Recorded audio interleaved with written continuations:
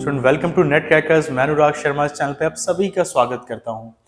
Student 2023 का net exam जल्दी ही आने वाला है और ऐसे में मुझे पूरी उम्मीद है कि आप लोगों ने अपनी प्रिपरेशन स्टार्ट कर दी होगी। थोड़े ही दिनों पहले मैंने स्ट्रैटेजी को लेके एक वीडियो डाली थी जिसपे आप में से बहुत सारे स्टूडेंट्स के कमेंट आए कि सर आप कंटेंट के ऊपर स्पेशली सिलेबस के ऊपर वन बाय वन आप वीडियोस बनाइए। तो ऐसे में आप सब लोगों के लिए हम लेके आ रहे हैं एक ऐसी सीरीज जिसमें हम सभी इंपॉर्टेंट टॉपिक्स को डिस्कस करने वाले हैं यूनिट वाइज। वो सभी एरिया जो यूजीसी नेट के एग्जाम पॉइंट ऑफ व्यू से बहुत ज़रूरी हैं, वन बाय वन हर एक यूनिट के साथ हम लोग उसको डिस्कस करते जाएंगे। जुड़े रहिए आप चैनल के साथ और आज शुरुआत करने जा रहे हैं हम सबसे पहले यूनिट नंबर 2 के साथ। देखिए, एक मिथ ज़रूर फैला हुआ है और वो ये है कि जब भी हम पॉलिटिकल साइंस की बात करते हैं तो हमारे दिमाग में आता है इंडियन कॉन्स्टिट्यूशन या इंडियन पॉलिटिक्स के बारे में जो सिनेरियोज हैं। बट प्रैक्टिकली अगर आप इसको समझें तो आपके सिलेबस की बैकबोन है पॉलिटिकल थ्योरीज, थिंकर्स जो हैं जिन्होंने इस सब्जेक्ट को शेप देने में, अकेडमिकली इसको पोजीशन दिलाने में बहुत मदद की है। आप आज के समय में कितना भी इंडियन कॉन्स्टिट्यूशन पढ़ लीजिए, फॉर एग्जांपल अगर अपने फंडामेंटल राइट्स पढ़े, बट क्या आप जानते हैं कि फंडामेंटल राइट का कॉन्सेप्ट आया कहाँ से?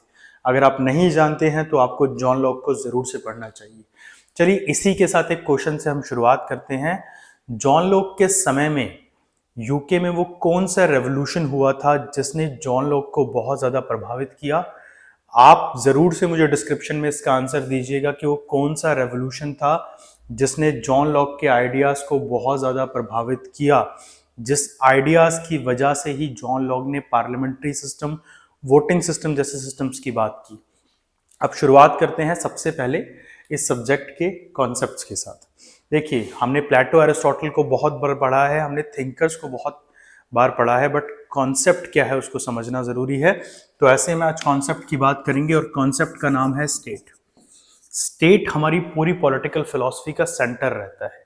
अब सेंटर इसलिए रहता है बिकॉज राज्य की संकल्पना के बिना, स्टेट के बिना आपकी पूरी पॉलिटिकल साइंस यूजलेस हो जाती है। जब स्टेट की बात हो रही है तभी तो इंडिविजुअल की बात हो रही है, इंडिविजुअल की बात हो रही है, इसीलिए तो उसके राइट्स की डिमांड हो रही है। राइट्स की डिमांड है तो ऐसे में फ्रीडम, फ्रीडम की जगह मैं लिबर्टी लिखूंगा, लिबर्टी की बात होती है, जस्टिस की बात होती है और बात होती है लॉस की। अब ये सारे कॉन्सेप्ट अगर आप देखें तो ये पॉलिटिकल साइंस के बहुत बेस्ड कॉन्सेप्ट हैं जिनको आप पढ़ते हैं और पढ़ने वाले हैं यहाँ पे हमारे साथ। तो ऐसे में सेंटर पॉइंट है स्टेट, राज्य के ऊपर बात है। हमारे सारे चिंतन के अंदर, पूरी पॉलिटिकल फिलॉसफी के अंदर थिंकर राज्य के ऊपर ही बात कर रहे हैं। पर समय समय पे चिंतक जब आए तो उन्होंने राज्य के ऊपर बात करते हुए संकल्पना को बदला। कईयों ने राज्य के होने को सही माना, कुछ ने राज्य की जो नीतियां हैं उनको गलत माना, कुछ ने कहा कि राज्य, स्टेट सबसे सुप्रीम है, कुछ ने कहा इंडिविजुअल सुप्रीम है और स्टेट का काम सिर्फ इंडिविजुअल की नीड को फुलफिल करना है। यही कॉन्सेप्ट है हमारी पूरी की पूरी फिलॉसफी में जिसको आज हम समझने वाले हैं। तो आज एक इंट्रोडक्शन लेक्चर होने वाला है, पूरा लेक्चर अच्छे से देखिए, साथ ही जो पॉइंट मैं डिस्कस करूंगा उनको जरूर से आप नोट डाउन कीजिएगा। तो शुरुआत करते हैं आपके बेस थिंकर्स के साथ और वो हैं एरिस्टोटल एंड प्लेटो। अब जब इन दोनों थिंकर्स की आप बात करते हैं तो ये भी राज्य की ही बात कर रहे हैं, बट यहां पर है क्या, इस फिलॉसफी के अंदर सबसे इंपॉर्टेंट बात क्या है?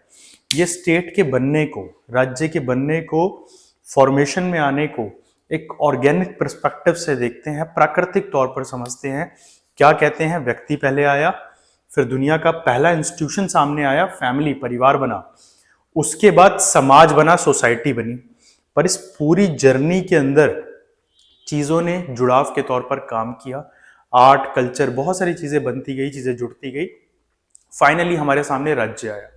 अब ऐसे में प्लेटो कहते हैं कि इस चेन में, क्योंकि राज्य सबसे आखिर में आया परंतु व्यक्ति से शुरुआत हुई, तो व्यक्ति का सबसे बड़ा स्वरूप, the highest form of individual, state बन गया।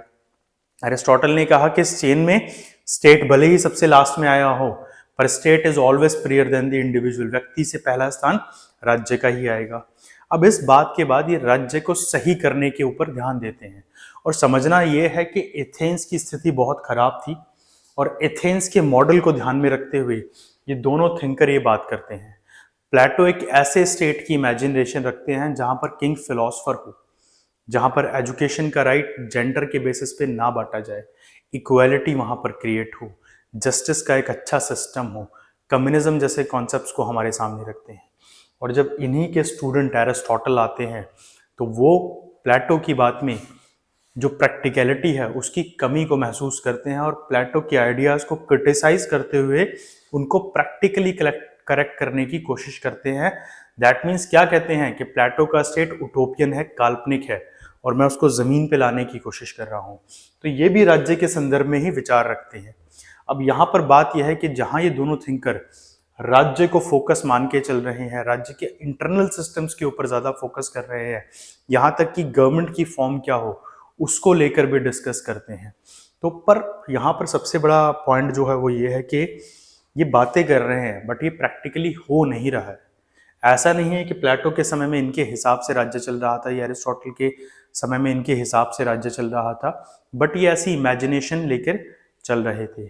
अब यहाँ पर एक बड़ा चेंज ये आएगा कि अब तक जो थ्योरी स्टेट पर फोकस है उसमें कुछ और एड ऑन हो जाएगा। अब क्या एड ऑन होगा?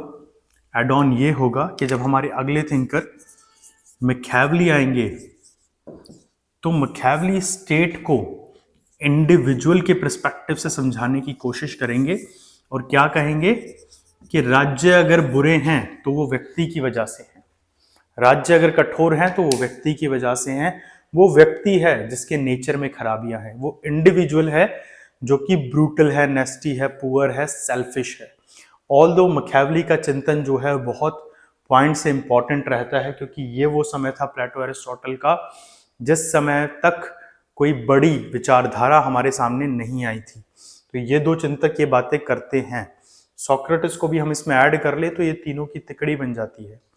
फिर जब मैकियावेली आते हैं तो इंडिविजुअल को फोकस करते हुए राज्य को मजबूत करने की बातें करते हैं और एक ऐसा प्रिंस लेके आते हैं जो कि राज्य के लिए सबसे सही साबित हो। आपने चाणक्य की अगर अर्थशास्त्र पढ़ी है तो वो भी एक ऐसे ही किंग की इमेजिनेशन कर रहे हैं। मैंने आप लोगों को पहले भी बताया कि गांधी जी ने ट्रांसलेट किया था मैकियावेली की दी प्रिंस को और कहा था कि आई एम वेरी श्योर के ये पक्का से अर्थशास्त्र पढ़ने के बाद ही इन्होंने दी प्रिंस को लिखा है। अब यहाँ पर एक फोकस चेंज हो गया स्टेट को देखने का। अब बाकी चिंतकों के साथ आते हैं और आगे बढ़ते हैं। अब यहाँ पर यह समझना जरूरी है कि जब जब फिलोसफर आए, थिंकर आए तो एक नया विचार लेके आए सेम एग्जिस्टिंग आइडिया में।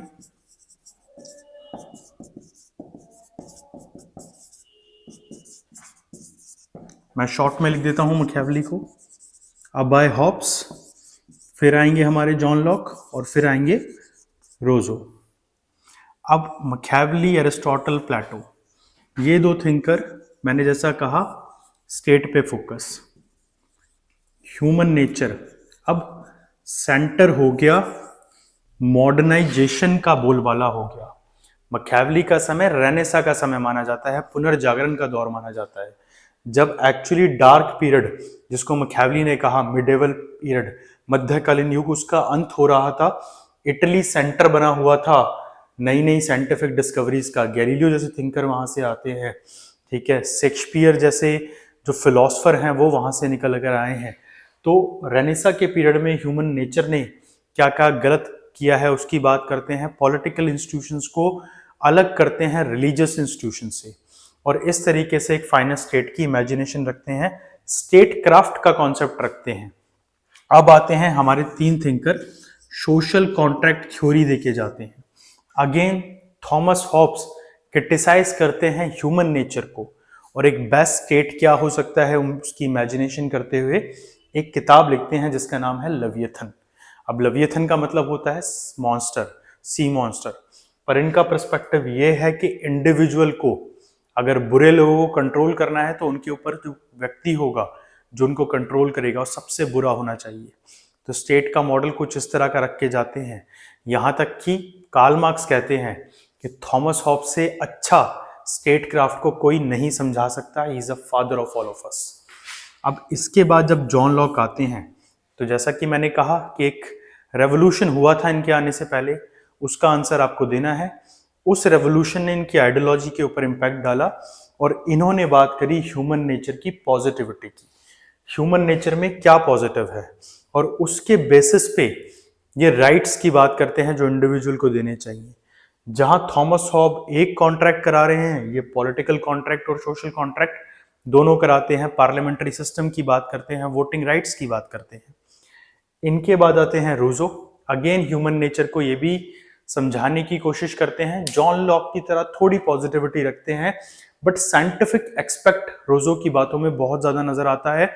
इसलिए बहुत सारे रियलिस्ट थिंकर इनको रियलिस्ट मानते हैं, कुछ थिंकर इनको लिबरल मानते हैं, बट इनकी ज्यादातर विचारधारा जो थी वो बहुत प्रैक्टिकल सेंस में हमें सुनने को और पढ़ने को मिलती है।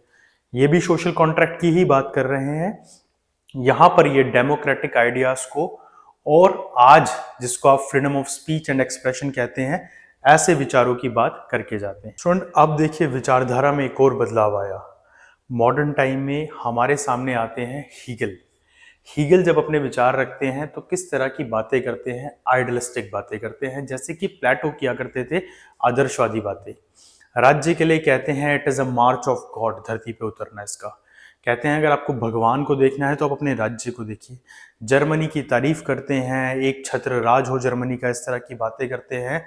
इन्हीं विचारों को आगे चल के एडोल्फ हिटलर जैसे डिक्टेटर्स ने फॉलो किया। एडोल्फ हिटलर के बहुत सारी स्पीचेस आप जब सुनेंगे तो इस तरह के विचार आपको सुनने को मिलेंगे, जहां वो कहते हैं कि जर्मन सी एक्चुअल ब्रीड है ह्यूमंस की, सबसे ज्यादा पावरफुल है, जितना लड़ेंगे उतना ज्यादा और पावरफुल बनेंगे। हीगल अपने समय में वॉल्टगिस और वॉल्टगिस जैसे सिद्धांत देके जाते हैं, विश्व आत्मा क्या है, राज्य आत्मा क्या है, इस तरह की बातें करके जाते हैं और राज्य को एक डिवाइन पर्सपेक्टिव में सबके सामने रखते हैं। अब हम लोगों ने मिडिवल एरा के समय ये सब चीजें पढ़ी हैं कि किस तरह से गॉड फिलॉसफी बढ़ गई थी, टू शॉर्ट थ्योरीज हम लोगों ने पढ़ी। हीगल भी उसी तरह के विचारों को मानते हैं, बट अनफॉर्चुनेटली क्योंकि आइडियलिज्म का दौर नहीं रहा था, आइडियलिज्म को नकार दिया गया था। इनके बाद जो थिंकर आते हैं वो कुछ और विचारों पे बात करते हैं। अब हम जब भी यूरोप की बात करते हैं तो एक थ्योरी हमें सुनने को मिलती है, दैट इज कॉल्ड हेडोनिज्म। सुखवाद का सिद्धांत क्या है? सुखवाद का सिद्धांत ये कहता है कि जो भी चीज आपको खुशी दे वो ठीक है, और इन्हीं विचारों से बने हैं यूटिलिटेरियन आइडियाज, उपयोगितावाद के सिद्धांत। अब यहाँ पे भी दो थ्योरीज आप पढ़ते हैं, एक है यूटिलिटेरियन थ्योरी, एक है मटेरियलिज्म की थ्योरी। जहां यूटिलिटेरियन कहते हैं कि उपयोगिता जरूरी है, मटेरियलिस्टिक थिंकर जो हैं वो भव्यता की तरफ जाते हैं। उदाहरण के तौर पर फोन का एग्जाम्पल, अगर आप यूटिलिटेरियन हैं तो आप कोई भी फोन खरीदेंगे, पर अगर आप मटेरियलिस्टिक हैं तो आप किसी एक पर्टिकुलर ब्रांड का फोन खरीदेंगे। ठीक है, क्यों? क्योंकि आपको यूटिलिटी से ज्यादा उस मटेरियल में इंटरेस्ट है। तो यूटिलिटेरियन थिंकर्स ने भी स्टेट की बात की, जिसमें सबसे पहला नाम आता है बेंथम का। हम बेंथम को डिस्कस किए बिना जेएस मिल को नहीं डिस्कस कर सकते, ऑल्दो हमारे सिलेबस में अब बेंथम नहीं है, बट उनको डिस्कस किए बिना यूटिलिटेरियन विचारों को समझना इज नॉट पॉसिबल। बेंथम भी स्टेट को समझाते हैं और कहते हैं कि पूरा का पूरा स्टेट स्ट्रक्चर जो है वो यूटिलिटीज के ऊपर बेस्ड है, और सोशल कॉन्ट्रैक्ट को क्रिटिसाइज करते हैं, उसका मजाक उड़ाते हैं और बताते हैं कि किस तरीके से स्टेट हमारे सामने आया। अब यहाँ पर दूसरा क्वेश्चन आपके लिए आता है कि किस फिलोसफर ने, किस थिंकर ने बेंथम की थ्योरी को पिग फिलॉसफी कहा था? आप इसका आंसर जरूर से दीजिएगा वीडियो के नीचे, ठीक है, और मुझे बताइएगा कि उस थिंकर का नाम क्या था। ये आपके एग्जाम का क्वेश्चन भी था। अब बेंथम को फॉलो करते हुए आते हैं अगले थिंकर, जिनका नाम है JS mill, John Stuart Mill. But in दोनों थिंकर्स के आइडिया में जिन यूटिलिटेरियन विचारों की बात हो रही है, उसमें बेंथम ने कहा था कि ह्यूमंस, इंसान जो है वो प्लेजर और पेन के बेसिस पे चलते हैं। जो चीज सुख दे रही है आप उसको चाहते हैं, जो दुख दे रही है वो नहीं चाहते। डिफरेंट फॉर्म्स बताते हैं, 12 types of pain, 14 types of pleasure की बात करते हैं। बट जब इनकी थ्योरी क्रिटिसाइज होती है, पिग फिलॉसफी कहा जाता है, तो जेएस मिल इस थ्योरी को सही करने की कोशिश करते हैं, प्रैक्टिकल बनाने की कोशिश करते हैं, इमोशनल एक्सपेक्ट्स को ज्वाइन कराते हैं इसके अंदर, और क्वांटिटी और क्वालिटी जैसे कॉन्सेप्ट लेके आते हैं।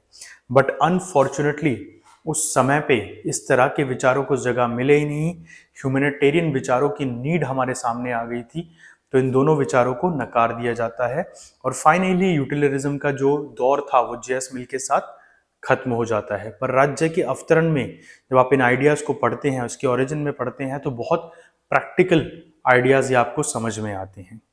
अब इसके बाद आते हैं हमारे अलग थिंकर, एक अलग कैटेगरी, बट बहुत इंपॉर्टेंट थिंकर जिनकी फिलॉसफी आज दुनिया में प्रैक्टिकल फॉर्म में भी अप्लाई हो रही है, और उनका नाम है Karl Marx. Karl Marx German philosopher है। कार्ल मार्क्स विचार रखते हैं और इस्तेमाल करते हैं डायलेक्टिक्स का। जी हाँ, डायलेक्टिक्स, वही पद्धति जिसको प्लेटो ने इस्तेमाल किया था सबसे पहले राइटिंग में। दृढ़नात्मक पद्धति कहते हैं हम हिंदी में।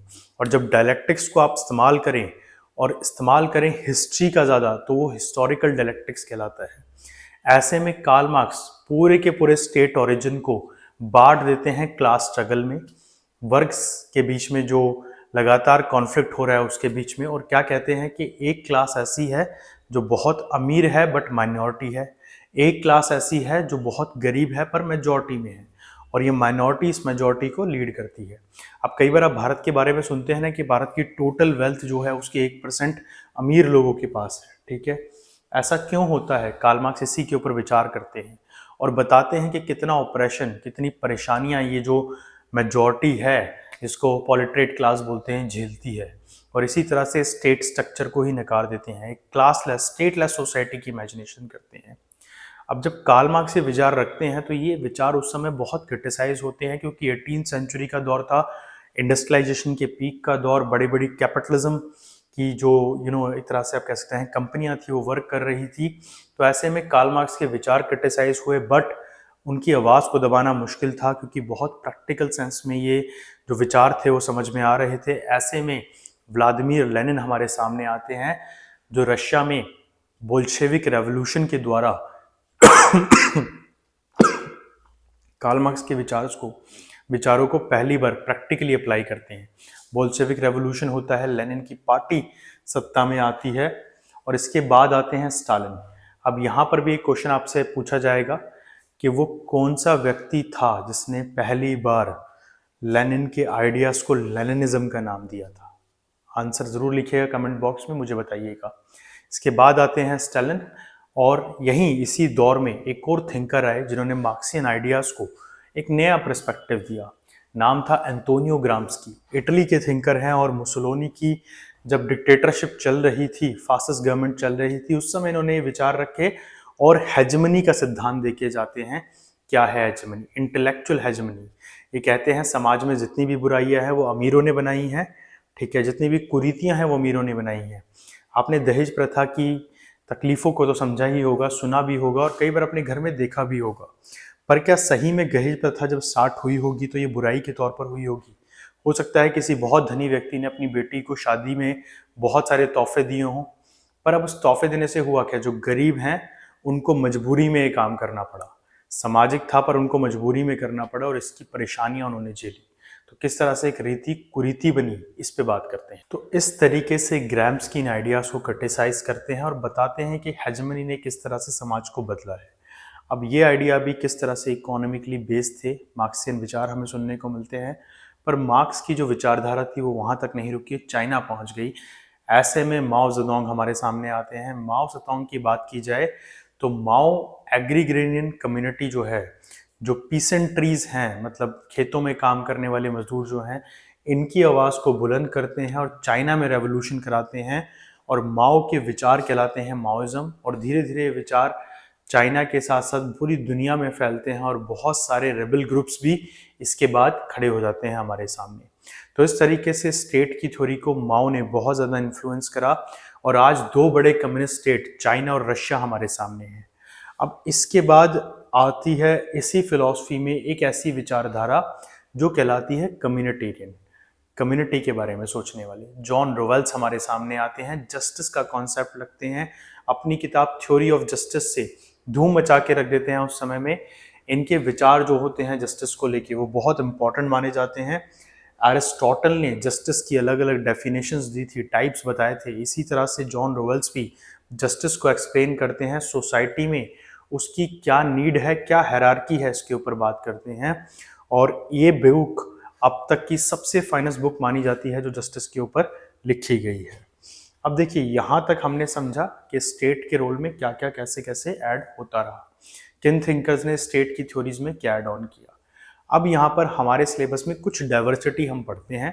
फॉर एग्जाम्पल हमारे सामने आते हैं फ्रांत्स फैनॉन। फैनॉन जब हमारे सामने आते हैं तो वो ये बताते हैं कि किस तरह से कॉलोनिज्म, उपनिवेशवाद और रेसिज्म, नस्ल भेद ने समाज को बर्बाद किया और किस तरह से कॉलोनियल रूलर्स ने इन कॉलोनीज को बर्बाद किया। अल्जीरिया से ये आते हैं जो कि एक फ्रेंच कॉलोनी थी, और किस तरह की बातें रखते हैं। कहते हैं कि मैं जब अपने आप को शीशे में देखता हूँ तो मैं समझता हूँ कि कोई व्यक्ति, कोई इंसान मेरे सामने खड़ा ही नहीं है, क्योंकि मैं इतना काला हूँ कि मेरी यह आइडेंटिटी ही खत्म हो गई है। और ये नस्ल भेद जो है सिर्फ और सिर्फ यहाँ तक नहीं रुका रहा, जब कॉलोनियल रूलर चले गए उसके बाद भी ये हमारे ऊपर हावी रहा। आपने एक थ्योरी पोस्ट कॉलोनिज्म के बारे में सुना होगा। एडवर्ड सईद, होमी भाभा जैसे थिंकर इसमें अपना कंट्रीब्यूशन देते हैं और बताते हैं कि क्या है कॉलोनिज्म के बाद का सिद्धांत। उदाहरण के तौर पर इंडिया की बात करता हूं। आज भारत से अंग्रेजों को गए 75 साल हो चुके हैं, पर आज भी हम उस कॉलोनियल माइंडसेट में हैं। आज भी आपको उनकी चीज़ें हमसे ज़्यादा बेहतर लगती हैं। आज भी आप स्वदेशी की जगह फॉरेन ब्रांड्स को ज़्यादा फोकस करके चलते हैं। क्यों ऐसा है? क्योंकि आपका कॉलोनियल माइंडसेट हो चुका है। इसी तरह की बातें फैनन करते हैं, साथ ही रंग भेद के नुकसान बताते हैं। और देखिए, रंग भेद एक ऐसी थ्योरी है जो हमारे अंदर समा चुकी है। आपने कभी सुना है कि अगर आप लड़के हैं तो आपकी माँ आपको आशीर्वाद देते हुए क्या कहती है? कहती है कि जा बेटा, चांद सी बहू आए, कोयले जैसी बहू आए। ऐसा क्यों नहीं कहती? क्यों? क्योंकि काले रंग को हमने खराब मान लिया है। इसी तरह के विचारों पे फैनन बात करते हैं, बहुत सारे इंपॉर्टेंट कंट्रीब्यूशन देते हैं, ब्लैक स्किन व्हाइट मार्क्स जैसी किताबें लिखते हैं। अब यहाँ पर एक और थ्योरी आती है, एक और थॉट प्रोसेस आती है। कन्फ्यूशियस हमारे सामने आते हैं, चाइनीज क्लासिकल थिंकर हैं, और जिस समय में इंडिया में आर्यभट्ट, एथेंस में प्लेटो, थुसिडिडस रहे थे, उसी समय में कहीं चाइना में कन्फ्यूशियस भी आए। कन्फ्यूशियस चाइना की इतिहास के ऊपर बात करते हैं, इतिहास की क्या इंपॉर्टेंस है किसी भी देश की डेवलपमेंट में, इसके ऊपर विचार रखते हैं। बड़ों का सम्मान करें, पॉलिटिकल ऑर्डर कैसा हो, किंग की क्या ड्यूटीज हैं, इसके ऊपर बात करके जाते हैं। 5 डिफरेंट आर्ट्स कितनी इंपॉर्टेंट है इंडिविजुअल के लिए, उसको समझा के जाते हैं। और इनके विचार एक समय में जाके चाइना में इतने प्रसिद्ध होते हैं कि कन्फ्यूशियज्म आज चाइना में एक रिलीजन की तरह पूजा जाता है। कन्फ्यूशियस के मंदिर होते हैं, पूजा होती है कन्फ्यूशियस की। ऑल्दो जब माओ सत्ता में आए तो माओ ने कन्फ्यूशियज्म को खत्म करने की बहुत कोशिश करी, पर कन्फ्यूशियज्म खत्म नहीं हो पाई, और आज दुनिया भर में चाइना की सरकार ही कन्फ्यूशियज्म के स्कूल, थॉट प्रोसेस को आगे रन कर रही है। अब यहाँ पर 2 थिंकर, एक आई हैना एरेंट। हैना एरेंट एक जूस थिंकर हैं जो कि जर्मनी से आती हैं, और जब नाजी पार्टी सत्ता में आई तो ये जर्मनी से मोबिलाइज हो गई और इन्होंने शरण ले ली अमेरिका के अंदर। प्रिंसटन यूनिवर्सिटी में पढ़ाना शुरू किया और प्रिंसटन की पहली परमानेंट लेडी प्रोफेसर बनी। किस तरह के विचार रखती हैं? टोटलिटेरियन रजीम, एंटी फासिस्ट रजीम के ऊपर विचार रखती हैं। उस समय ये बताती हैं कि किस तरीके से पॉलिटिकल माइनॉरिटी होना खतरनाक हो सकता है किसी भी कम्युनिटी के लिए। जर्मनी में जूस के ऊपर जो मैस्करस हुए उसको बताती हैं। इंचमैन ऑफ जेरूसलम नाम की एक किताब लिखती हैं, जिसमें इंचमैन नाम के जो जर्नल थे हिटलर के, जिसने बहुत बड़े तौर पर लोगों को मरवाया था हॉलोकास्ट के अंदर, उनको सिर्फ सज़ा दी थी इजराइल ने, उसके ऊपर ये बात करती हैं। तो इस तरह से इनके विचार भी उस समय बहुत ज़्यादा फेमस होते हैं, और जितने भी पॉलिटिकल थिंकर हमने पढ़े उनमें सबसे ज़्यादा कॉन्ट्राडिक्टरी थिंकर के तौर पर हम हैना एरेंट को पढ़ते हैं, क्योंकि किसी भी एक थॉट प्रोसेस को रिप्रेजेंट नहीं करती। अब लास्ट में हमारी थिंकर आती हैं मैरी वुल्फसोनक्राफ्ट। आपने फेमिनिज्म के बारे में तो ज़रूर से पढ़ा होगा, और अगर पढ़ा है तो मैरी को पढ़ना ज़रूर आपने नहीं छोड़ा होगा। मैरी वुल्फसोनक्राफ्ट फेमिनिज्म में, आप उनको मदर ऑफ फेमिनिज्म के तौर पर समझ सकते हैं, सबसे इंपॉर्टेंट आइडियाज़ लेके जाती हैं। बहुत इनिशियल थिंकर्स में जानी जाती हैं मैरी वुल्फसोनक्राफ्ट। वुमन की डिग्निटी के ऊपर बात करके जाती हैं। इनकी लिखी किताब vindication of the rights of woman and vindication of the rights of man बहुत पॉपुलर मानी जाती है, बहुत इंपॉर्टेंट राइटिंग मानी जाती है।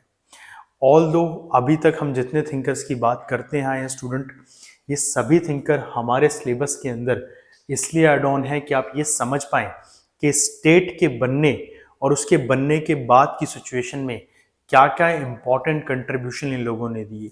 आज आपके आसपास जितनी भी चीज़ें आपको बेनिफिट दे रही हैं, चाहे वो ये स्टेट हो, चाहे यहाँ की गवर्नमेंट हो, चाहे पॉलिसीज़ हो, राइट हो, जस्टिस हो, लिबर्टी, इक्वालिटी, फर्टर्निटी या फ्रीडम के कॉन्सेप्ट, ये सब के सब इन्हीं थिंकर्स की देन है, इन्हीं के आइडियाज़ हैं। जब एग्जाम में आपसे क्वेश्चन पूछे जाते हैं तो यही टॉपिक्स आपसे डिस्कस किए जाते हैं और इनके अंदर से ही कॉन्सेप्चुअली पॉइंट्स को बाहर निकाला जाता है। तो बहुत ज़रूरी है कि हम जब इस सीरीज़ में एक एक करके इन थिंकर्स को कवर करें, तो आप हमारे साथ जुड़े रहिए। हर इंपॉर्टेंट पॉइंट को आप नोट डाउन कीजिए और अपने डाउट्स लगातार आप मुझसे पूछते रहिए। आई होप आज की वीडियो आपको पसंद आई होगी। इस वीडियो से जुड़े हुए कोई भी कमेंट्स आप नीचे कमेंट बॉक्स में ज़रूर लिखिए, मुझको बताइए कि किस तरह की प्रॉब्लम आप लोग फेस करते हैं। इस सीरीज़ के साथ आप लोग जुड़े रहिए और पढ़ते रहिए। धन्यवाद दोस्तों।